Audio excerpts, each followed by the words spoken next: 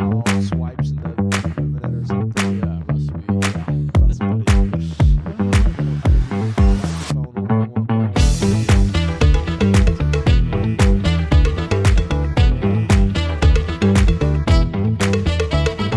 Welcome to Kidmin Backstage, the place where we talk about kids ministry and take a peek behind the scenes. We try to share a little bit of what we've learned that works for us and some of our failures so you can avoid them. We release a new episode every Friday, and this is your Backstage Pass to see the magic or disaster that happens behind the scenes of our kids ministry. I'm your host, Gabe Baker, and today I am joined by Brother Matthew Critcher. Hey, how are you? Good, how are you? Good. So kind of a marathon for you. You just got done preaching. Yes. And here we are podcasting. Try to keep my voice for this. Yeah, no doubt. Yeah, that was really good. We probably could just do that for the podcast. Talk about my prayer. That was awesome. But what are we talking about today? Small choices, big impact. Small choices, big impact. So every leader makes thousands of decisions. Every person really makes thousands of decisions every day. Some of them are trivial, like this shirt or that shirt, whatever. Mm-hmm. And then some of them can make a big impact, can be transformative is the word I wrote. And great leadership isn't just about being right, because you're not always going to be right, but it's about recognizing that every decision we do make does have an impact. Yeah. And so I heard somebody say this, instead of like waffling back and forth, and this is kind of jumping ahead, but waffling back and forth on a decision, make a decision and then make it right. Don't get so hung up on, making the right decision. But kind of where this stemmed from, the whole idea and the podcast stemmed from, I was thinking about, I heard something on the news about Trump or whatever, and I was thinking, he is, before he was in the presidency, he made deals and all this stuff, he lived large, I guess you could say. Yeah. And when somebody like that makes decisions, it can be life-altering for some people. So the note that I wrote myself, I don't think it's on here, but I wrote myself on my phone when I had this thought, was that, many of us, we make decisions all the time, but like President Trump, or I'm just using him for an example, any president really, but he makes I don't know if it's thousands, but hundreds probably of decisions, or maybe it's even less, I don't know, decisions every day that alter people's lives. Yeah, that's true. Have a huge impact for good, for bad, or just, a different direction, So anyway, it just was a thought that I had, and I thought, if we were to, we're not aspiring to be like Trump at all. I'm not saying that, but I'm saying if we were to aspire to be something, I want to be somebody that makes some decisions that have an impact. Yeah. So anyway, that's kind of the general premise. That's good. And you have on here, I liked it when you said it causes the ripple effect. And so with that, you may not see the results right away. Yeah. Because the results can travel, and you may not even realize you had a result until sometime later. True. Yes. So in a positive sense, you could have said something to someone, or let's say, you do your conferences where you'll do your teaching. Perhaps you teach something and you don't know exactly what the impact that you made at the moment. But let's say a couple years down the road, someone says, hey, I remember that. And you may not remember exactly which one that was. And that what you said, and they could probably say it verbatim and say, that changed my life right there. And it's that effect that traveled. That's good. And that it reminds me kind of, we've done some other podcasts where we talk about, being aware kind of the influence you have. And that just brings me back to that. And that's not what we're really talking about today, but it just brings me back to, you got to be mindful of who you are. You never know who's watching, and whose life you could change. And how many lives, this is kind of negative, but how many lives have I changed, by saying a harsh word? How many lives have I changed where they're like, I don't like that guy. And why? I don't, 10 years ago he said, whatever. So Yeah, it's man, a lot of weight to that. So the first point I have is the power of every choice. So, kind of the point that you just made about the ripple effect is every choice that when we make, like that's significant, you know, like, I'm not talking about what shirt to wear, but when we make choices, they can be insignificant, or sometimes when we say, okay, I'm going to do the right thing. Let's use an example, like, let's say that you don't have a prayer life. Yeah. Okay, we'll use that since you talked about prayer. You don't have a prayer life at all. And so your inclination is like, well, man, all these people that pray, you know, they pray 2 hours a day. That's the spiritual people or whatever, you know. And so, man, well, I guess that's what I got to do. And you do it for 2 days, and then you're just like, oh, I can't do this. Burned out right there. Yeah. Yeah. But if you make a small, like, I'm going to pray for 5 minutes. Yep. You know, and you make this choice. It's a small, seemingly insignificant choice, but those choices compound over time. That's good. And it builds and it builds and it builds, you know, and because then pretty soon you're like getting ready to do your 5-minute prayer session, and the next thing you look up and it's been 20 minutes. Yeah. And you're like, oh, wow, what happened? You know, because you get lost in it. That's good. That's good. The small choices matter. They can impact. It kind of reminds me of the verse, and it's been, you know, when you haven't read a certain verse in a while, if you've been in a different part of the Bible, you kind of be a little vague, but like the book of Matthew or something. Oh yeah, you know, never read that book. But there's the verse that talks about the day of small things. So I've taught on that before. But it's there's value to the small things. Yes. There's value to the things that people would consider insignificant. You know, like, 5 minutes of that. How does that impact anything? Well, it sure makes a lot more impact than not doing it. Oh, you know? yeah, absolutely. And then it starts growing from there. And like you said, eventually it's like, oh wow, I prayed 20 minutes. Yeah. Because you did all the small steps, and then you can look back and see how far you've come from those small steps. And at first, when you make that small decision, it's a struggle. You know, that 5 minutes of prayer could be a struggle. Yeah. And so that's one thing, like bringing it back to kids ministry is, you know, we missed, I think it was last week, we missed altar service just we ran out of time, you know, and the way the script was structured. I usually try to make it a little earlier so that we always hit it. And it's interesting because today we had altar service, and it was okay, it was decent, but I felt the impact of missing that one last week. It was like just that once. It was like they were out of practice.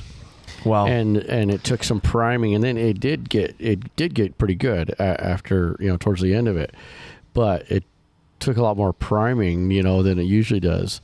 And so I think that we can miss it. It's like I read this one time is what was it? It was oh man, I think it was Seth Godin, but he said if every time you took a bite of a cheeseburger you had a heart attack immediately, people would stop eating cheeseburgers. Yeah.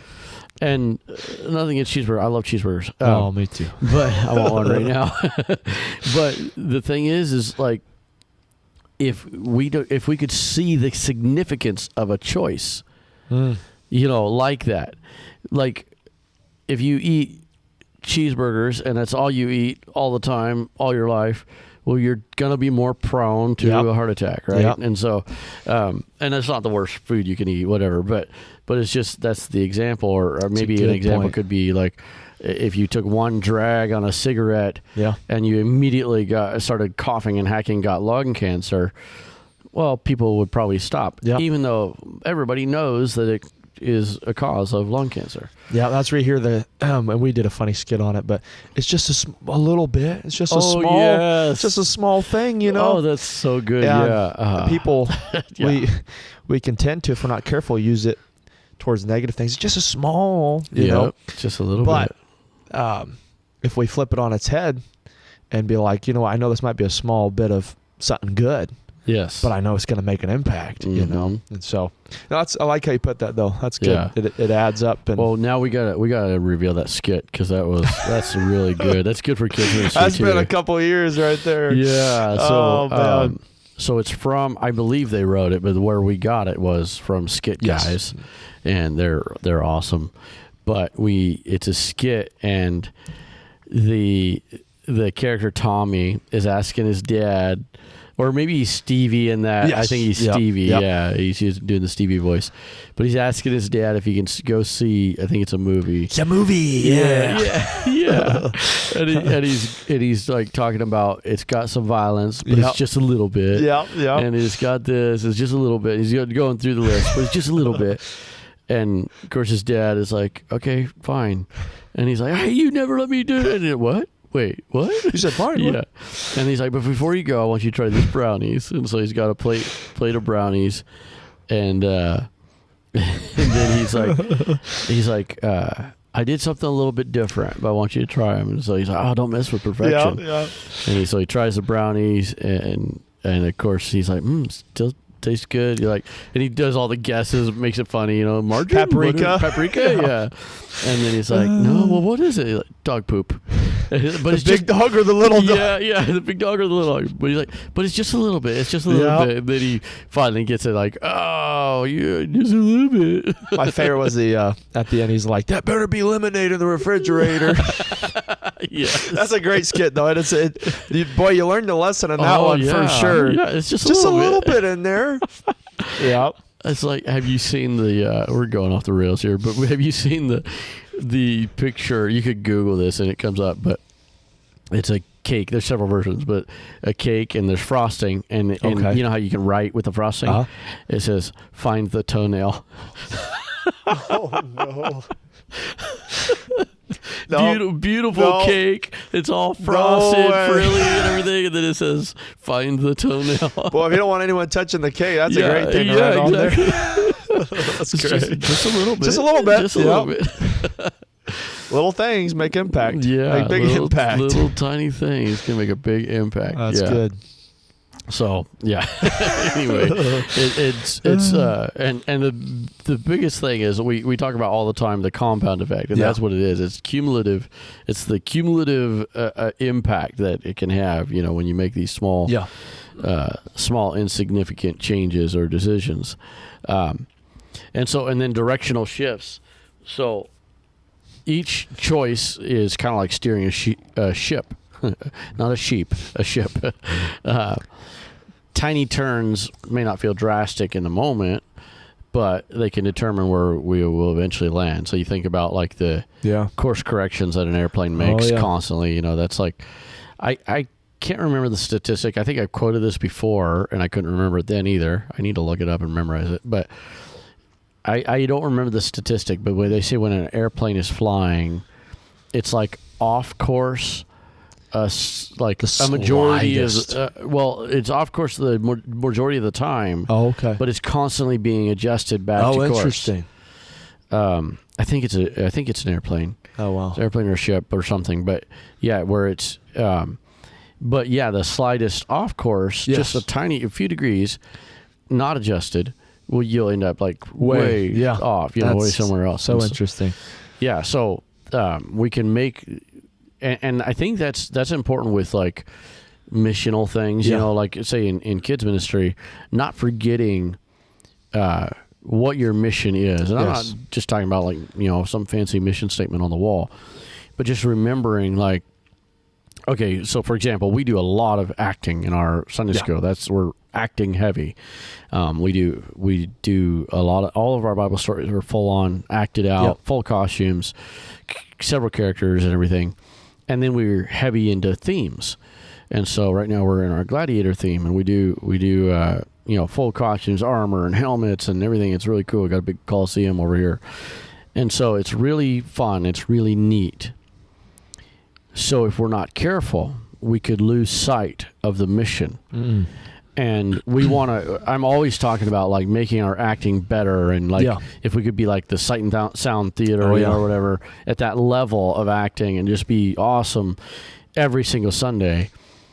But at the same time, don't lose sight of the altar call. Yes. Don't lose sight of everything that we're doing is we're trying to get these kids, the salvation and closer to God, discipleship. That's good.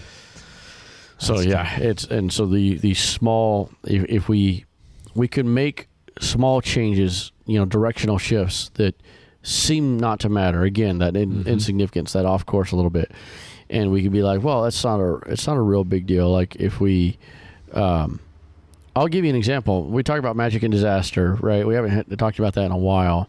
So here's a disaster that we did several years ago. We stopped doing, because it was taking up time and stuff, we stopped doing prayer requests in Sunday school. Mm-hmm. So it was one of our segments, and we took it out, and we're like, we didn't take time. I know, shocker, and it's awful. It's bad. You can blast us. It was a disaster. And so it was a small decision that we made, and it was like, I don't know, just a few weeks into it.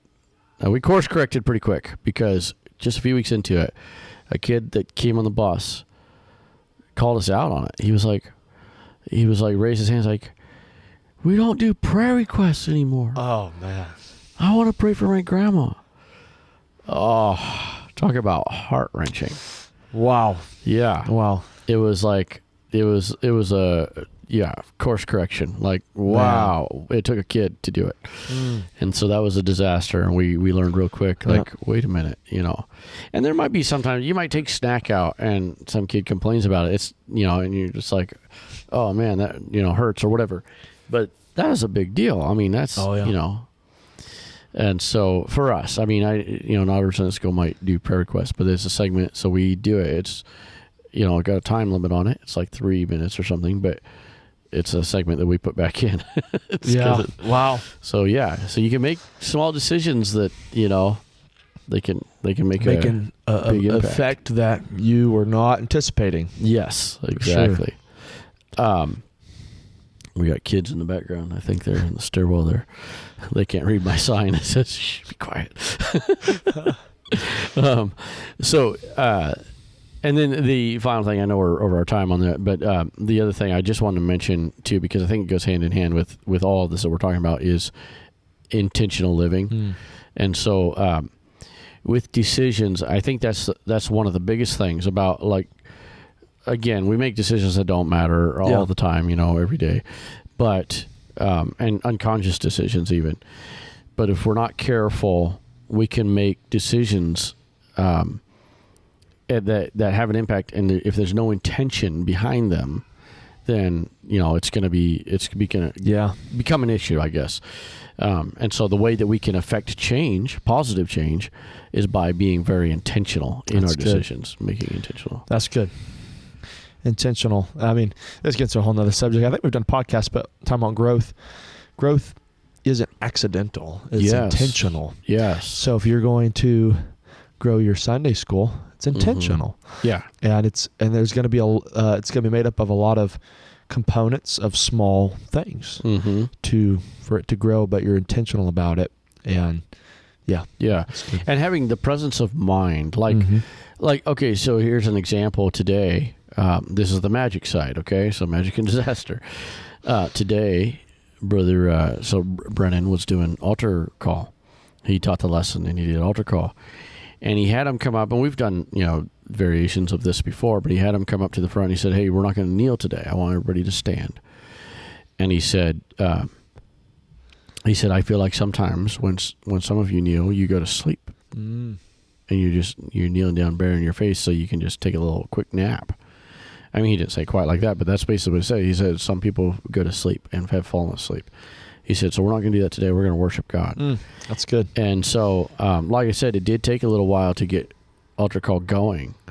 But once we got it going, I mean, it was pretty cool. I don't know if anybody got pictures or anything today, but I mean, it was pretty awesome to see, 60 kids or whatever with their hands up and so calling awesome. out to God. It was pretty powerful. That wasn't like a huge change, but it was it was just something small. And intentional. And intentional, and it makes an impact. Yeah, it makes an impact. That's good. So our point 2 is the cost of indecision. So this is something, man. So I've said this before. When you don't make a decision, or when you delay making a decision, that's a decision itself, right? Yes, it is. And so I think a lot of times it's, I wrote in here, is abdicating responsibility. And I've been guilty of this before, where it's like you just don't want to deal with it. And so you are abdicating responsibility, meaning you're giving up that, like they used to abdicate the throne, right? So you're giving up that responsibility by not making a decision. And this is where, coming back to, I think it was Craig Groeschel maybe that said it, but make a decision and then make it right. Mm-hmm. And so sure, you want to think about it a little bit, but a leader can't just waffle back and forth and try to figure out what is the perfect, exact method that we should do here, and so that's where, like Pastor Burgess, I've learned that from him, just being around him and watching him. He is one. Now he's got extremely good intuition. Oh yeah, and so his decisions are like almost always right anyway. But he is one that he's not going to waffle around and wait. Yeah. He'll just make a decision, go, and then make it right. And I've been there with, we work a lot together, and I've been there when it's like, oh, well, I wish I would have done it this other way, but it's not like the end of the world. It's like, okay, well, we're going to course adjust, and so that's something that I've seen him do, and I wish I was better at, it's hard to do. Just making those snap decisions. Like, okay, this is the way, this is the way forward. But then the other one is missed momentum. So waiting for everything to be perfect, you lose your momentum.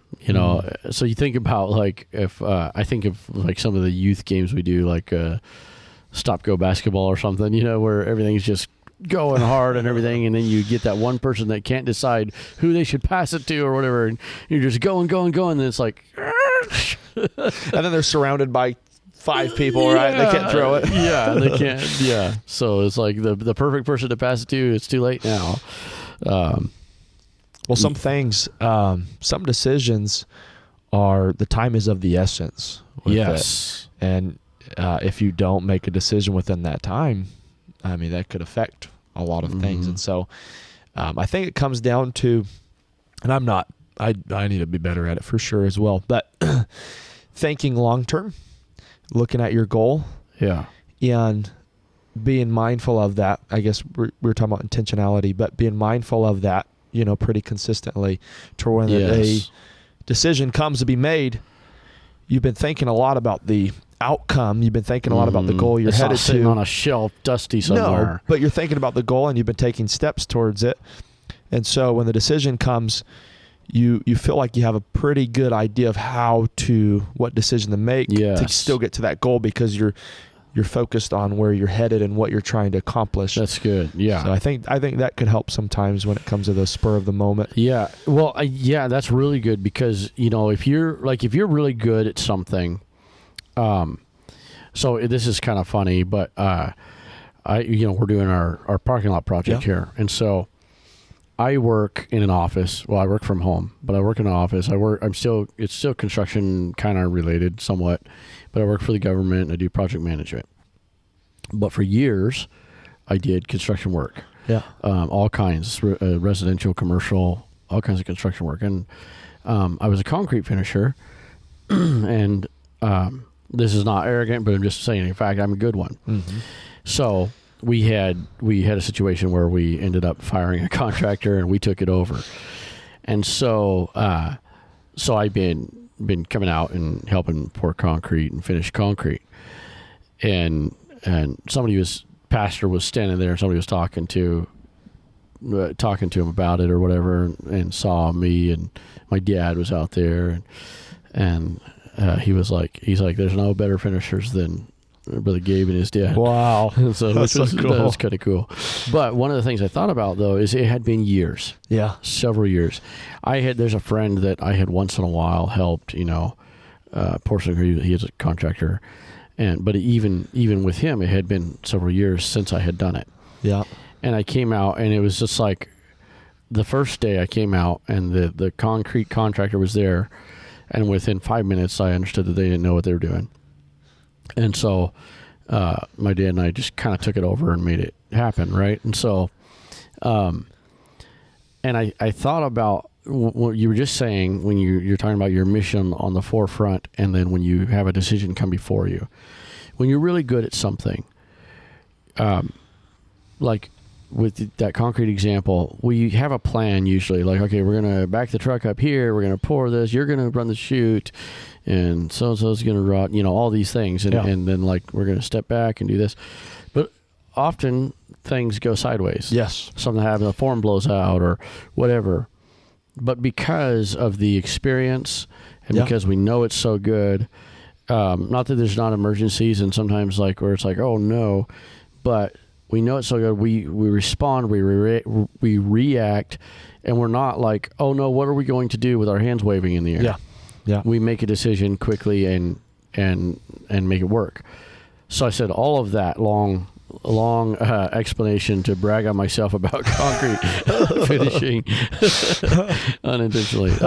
But I said all that to say this is, like, when we have our mission or the direction that we're going, like you said, and I mentioned it's not dusty on a shelf, when it's at the forefront of our mind, when it's something that we are quote unquote good at, we know the direction we are going. We are good at it.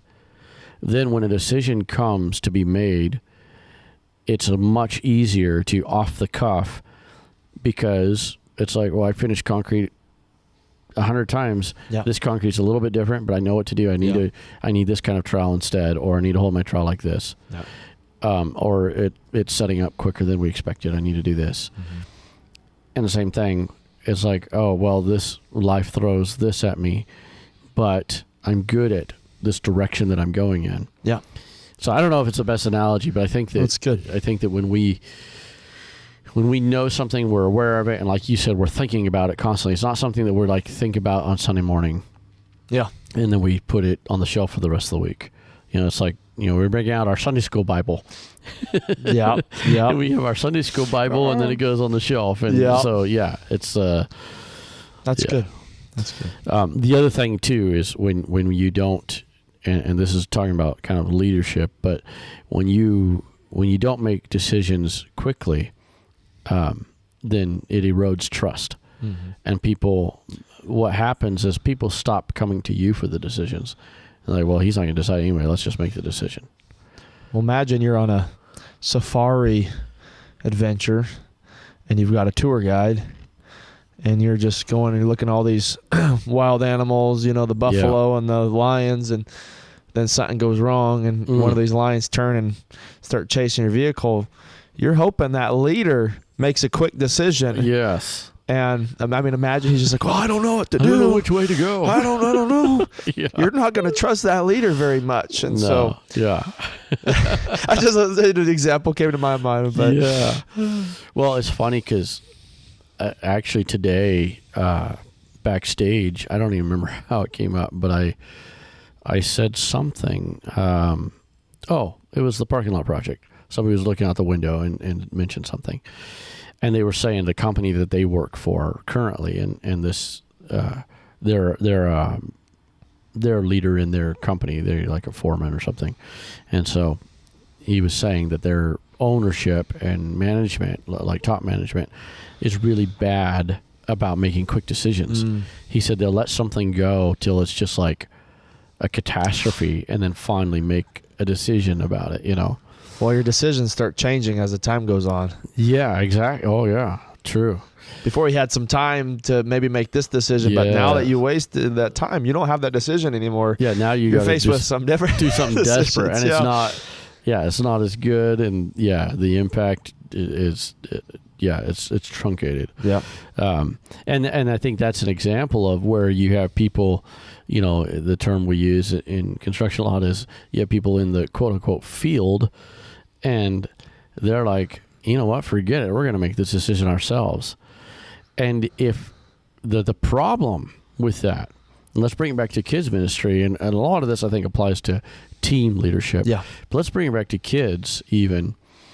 If you are deer in the headlights with kids, imagine that the kids start making the decisions for themselves because you're not going to make a decision. Yeah. Well, they're doing the right thing on as far as acting right away, but they're going to make the wrong decisions. They don't have the experience you have. This can even apply, I think, to a team. There's some people on a lower tier or whatever. I'm not talking about elitism or anything, but I'm just saying, like, they're not the leader and they don't see everything or have the experience. They might not make the right decisions or go in the direction that we should be going. But if we abdicate our responsibility by taking too much time to try to make a decision, they're going to be like, this guy is no leader. He's taking too long. Yeah. And I'll make the decision. Yeah. Very true. And then just a couple more points here as we wrap up, but the influence of wise decision making. So clarity over comfort. I think that effective leaders make choices often that hurt now, right? And so if you think about fitness is a great analogy, and even the whole 5-minute thing, like, I'm going to do a little bit right now, and it's going to be painful. I'm going to work out for 20 minutes, and it's going to be painful, but I'm going to do it. And I know that in the long term, it will make that impact, that we talk about, the cumulative effect and the compound effect. And so, but good leaders, not only is it like just looking at the long term, but also good leaders will take on the pain. A true leader. So I heard, I mentioned this, I think it was last podcast with Brother Kyle, but I mentioned this. It's just so good. Patrick Lencioni said this. I think it's in one of his books, but he says, I hate the term servant leadership because it implies that there's any other kind. All leadership is servant leadership. That's good. And so if we think about that, like, you don't have kids, but if I think about my kids, there are decisions that I will make that are, maybe they're not even painful. I mean, sometimes it's painful too, but they're just discomfort for me, for my kids, right? Like, if my kid forgot their jacket, I'm going to give them my jacket. Like you would experience the same thing with a girlfriend, for example. I'm going to give them my jacket, and I'm going to be freezing. But I am as, and I don't know if this is the best example, but as a leader, I am suffering for those that follow me. That's good. And that's what Jesus did, obviously, right? Yeah. And so servant leadership is basically leadership. Well, I mean, that's what ministry means. Yes. Is to serve. To serve, yeah. So if you're in children's church ministry, church, you're serving, Right. And you may not feel like getting up early on Sunday morning to be at Sunday school practice or to be on the Sunday school bus. Yeah. It's like, you know what? Never. But you know what? There's kids that are needing it, and they're, but I'll make the sacrifice because it's going to help them in the long run.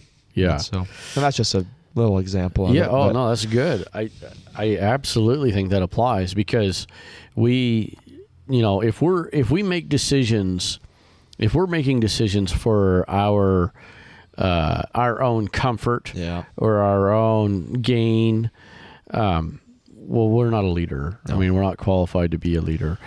And I like something Pastor said tonight. He said something about, when the church prospers, I benefit. Yes. And he was afraid people would misunderstand what he's saying because he's the pastor. And so he sat down in a pew and he said, let me give you this example. When the church prospers, I, sitting in the pew, I benefit. Yeah. That's so good. And so when we make those decisions that are painful for us, but they're helping move the ministry forward or helping a child move closer to God, that does come back to us. Yeah. It does benefit us. Well, I mean, even think about with you, with the decorations and stuff. I mean, there's nights you're here, like when you're doing it until late in the night, that's a sacrifice, and then you're working the next day, and but that's a sacrifice you're doing because you see the value in it. Yeah. And it goes against your comfort, but it's providing an awesome Sunday school. For the kid. And, I am part of a chat and that we joke all the time saying the phrase, it's for the kids.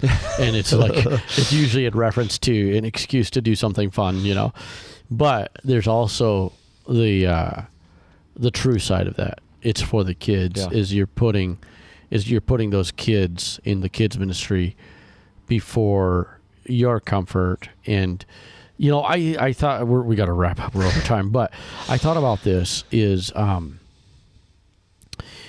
thought about sometimes in ministry there's people that get a position or a title, and I just recently talked about this with Brother Kyle, like in What's Your Title, I think is the name of the episode, but they get that and they don't understand what the sacrifice should be. And so I think that there's a difference, like when you have a sheet, a script, and you have a check box, right? And you're like, well, I did that, and I did that, and we talk about the power of checklists. Brother Aaron and I did that not too long ago. We talk about the power of checklists, and I think it's valuable. But you check this off, check that off, check that off, and then, like, let's say that the top leader, the pastor, is sitting down and saying, "Hey, this isn't working. What's going on? That the kids ministry is just not working well."